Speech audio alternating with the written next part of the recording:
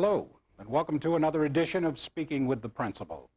I'm Ron Stromensky, principal of Wakefield High School. Happy to have you along. Joining me for this program in our studios is the Director of Student Activities and the Director of Athletics at Wakefield High School, Mr. Barry Haley. Barry, welcome to the show. Thank you very much. Good to have you here. Many of you probably have seen Mr. Haley in and about the school system, because when we talk about Director of Student Activities, we're not just talking about what goes on at Wakefield High School, but in fact, the position that Mr. Haley holds is something of a unique one. Are there others that you're aware of statewide? Not in Massachusetts. It's a trend that's coming from the eastern Atlantic states kind of northward, so it's unique to this area, and I really enjoy it. I think it's a nice mix of different responsibilities. Barry, one of the things that is replete in the literature now is that we do away with the term extracurricular activities, because in fact what goes on after school hours is really not an extra anymore. Would you comment on that? I agree with that.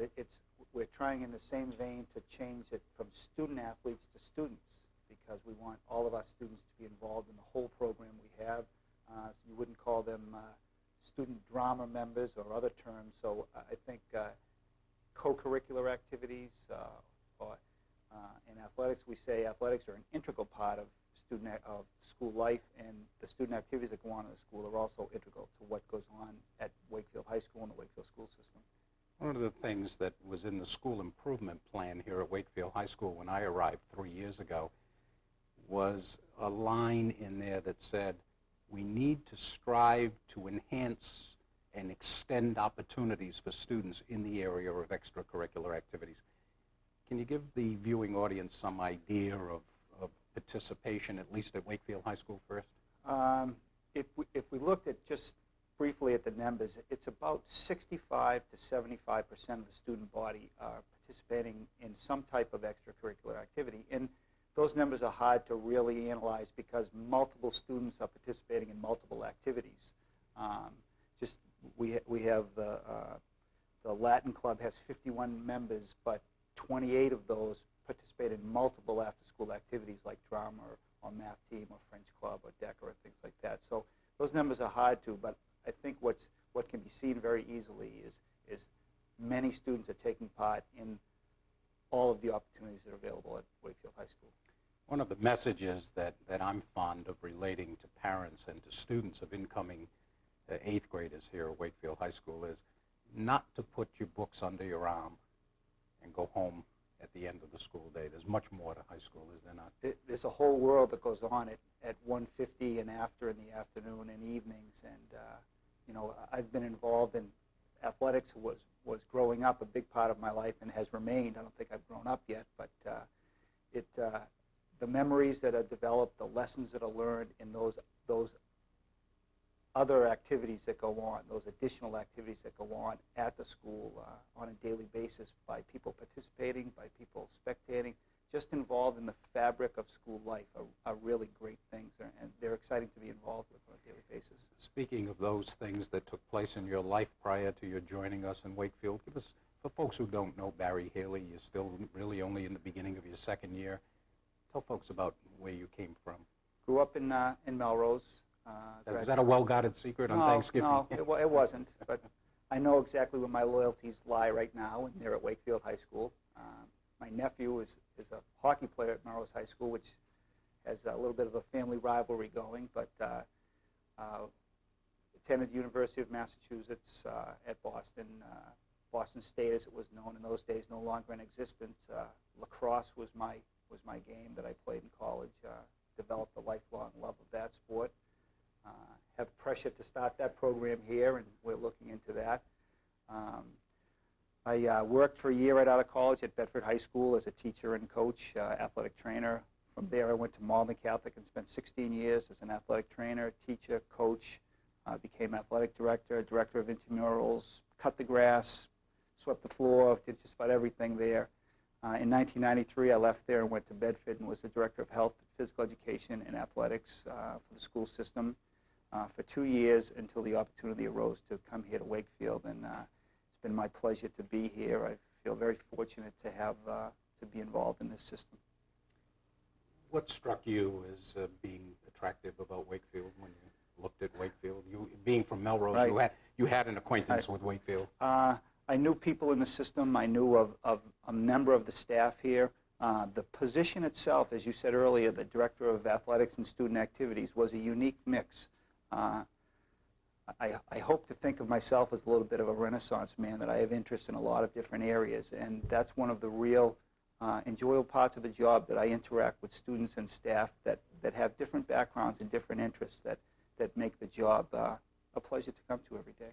As you assess student activities in the Wakefield school system, what are some priorities that you've set over the next 3 to 5 years for activities? I think we'd like to continue to market to our own students the opportunities that exist. I think you brought the Warrior Pride Night model with you here, and I think that has shown immediate dividends. I think that type of program that says to our students what opportunities are there and to encourage them to get involved, to expand that, to come up with a long-range plan of where we'd like to be 5 years from now, maybe towards the goal 2000 idea, to increase that activity, the amount of activities, the participation in activities, and also to find out from students where their interests lie in terms of activities and mold a program that fits their needs and interests and desires.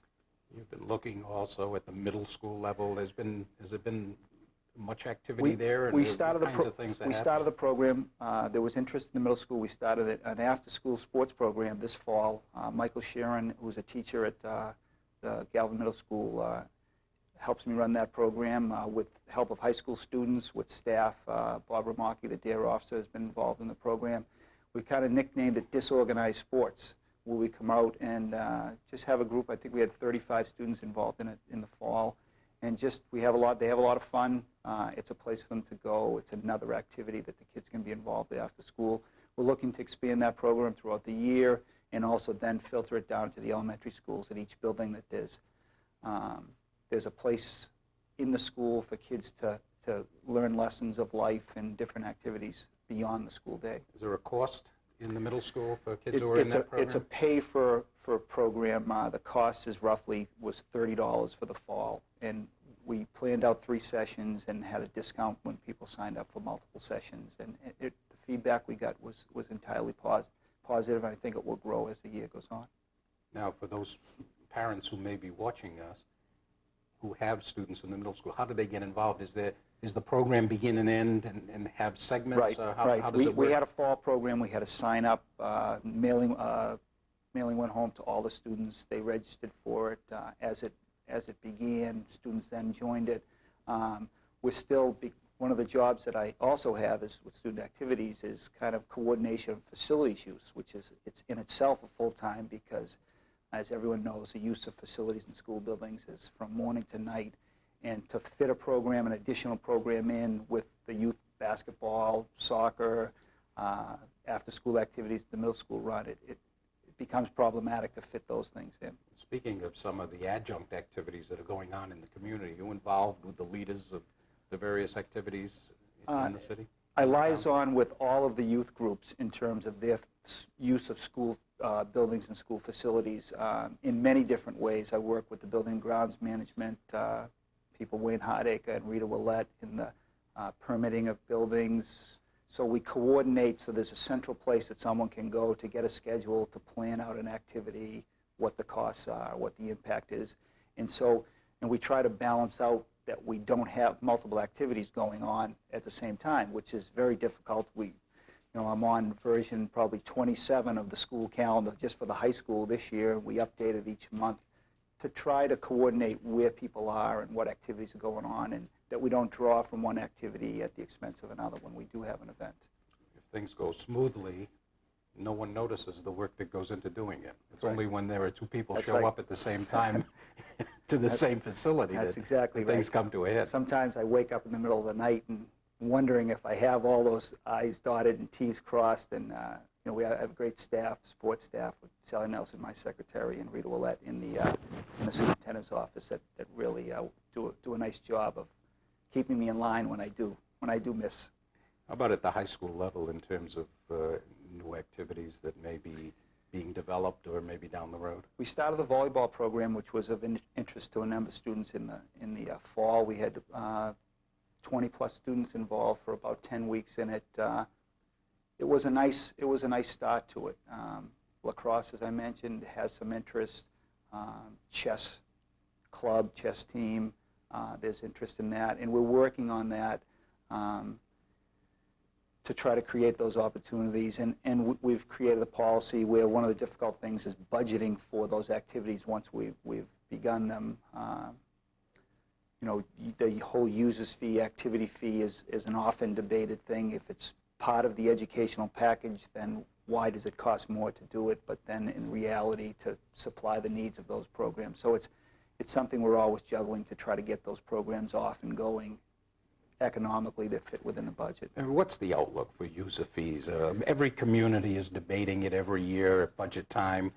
There are some communities that have what I would call exorbitant user fees that in fact make it near impossible for large families to have their kids participate. And what happens when a parent feels that they can't really meet a user fee need? Those are often debated subjects. In the Middlesex League, 8 of the 10 schools have a user's fee. They range from a $40 fee for all sports in Woburn to a $200 per season per sport with no maximums in Lexington, and students buy their own uniforms. So it runs that whole mix. I think you have to look at it as, in an ideal world, we wouldn't have these fees, and is it a barrier to participation is the question that always comes to many people as they fight that. I think when it gets into a school and is established, I think it's a nice adjunct to support the programs properly. It allows you to fund the programs and support them the right way. I don't know where it's going. It's a national trend. State of Massachusetts is a big survey, and I think it's 80+% of the schools have some type of user's fee for the athletic program and activity programs. Being a father of 2 young boys, a 12-year-old and an 8-year-old, who are involved in a variety of activities, from intramurals, my 12-year-old's at Masco Junior High School, to youth soccer, to traveling club soccer. My youngest son is involved in ice hockey, youth ice hockey. So I see that the fee that they pay at that level compared to the fee that's paid at the high school, and the dollar return value, the dollar return at the high school is a great value for adults. For what's the immediate outlook? Here we are in the 1996-97 school year, planning for 1997-1998. Can the parents and students look forward to similar fees at Wakefield High School next year, an increase, a decrease? What does it look like? There's no recommendation, and I will not make a recommendation to change the fee structure that exists now. So we can anticipate then that the fees will not go up, even though cost of everything is going up in our society. Correct. Barry, if you had your druthers, if you had a wish list, as you now have had an opportunity to look at the responsibilities of your position, what's at the top of the list that if you could do it, if there were unlimited funds, that you'd jump into and really would like to accomplish right away? I'd like to see a fully funded intramural program at all the schools. That one additional program that we can have the teachers in the school be there after school to continue the educational process after school. I think that would be the top. I think that's one thing that competitive athletics are not for everyone. Competitive, even the pressure on, we have an outstanding band program and an outstanding drama program, and some students would like to be involved in that, but maybe the pressure of commitment is not there, that they might like a lower level or a lower intensity program. I'd like to see that offered, that meet the needs of all the students, that 100% of the students are involved in every aspect of the school. How realistic is that 5 to 7 years down the road? Is it something that the community can realize? I believe it is. I believe it is. I think it even is worth looking at the prep school model of mandatory participation in other programs outside of the academic day, because as you and I both agree, the value of those programs are so great to the developing of the full student. It makes sense to maybe require that. I guess the beauty of the whole thing when we talk about activities is kids go to activities on their own time because they want to. Right. and they're going to make the effort because it's something that they enjoy doing, which I think for all of us, whether it's students or adults, is the key to what we do in life and what we enjoy. Barry Haley, thanks for being my guest today. We'll look forward maybe to updating our viewing audience next year on the development of activities. Thank you for staying tuned to Speaking with the Principal. I'm Ron Stromensky. We'll see you again real soon.